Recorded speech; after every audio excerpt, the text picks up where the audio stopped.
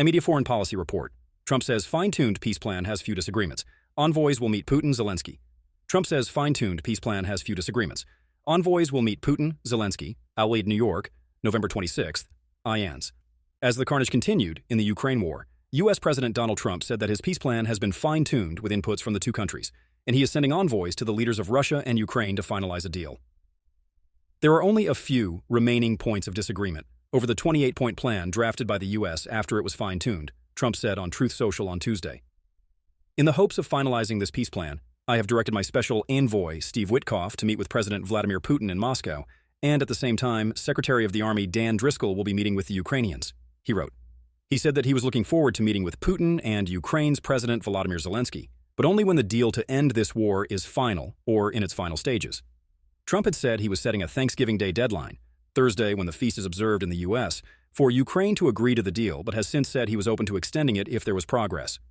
The war, which, according to Trump, claimed the lives of 25,000 soldiers last month, continued to rage with Russia, hitting Kyiv with missiles and drones on Tuesday.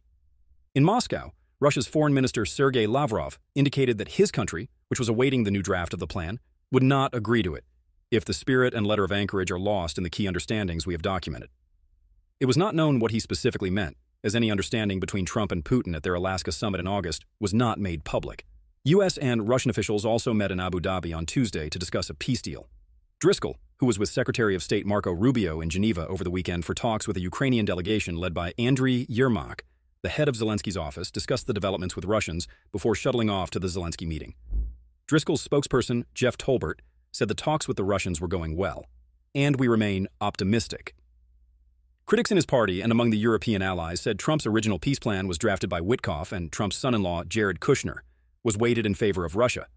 Some of the modifications to the peace plan, according to media reports, include removing the maximum number of Ukrainian troops, which had originally been set at 600,000, and leaving another touchy issue, NATO's role in Ukraine, to future discussions.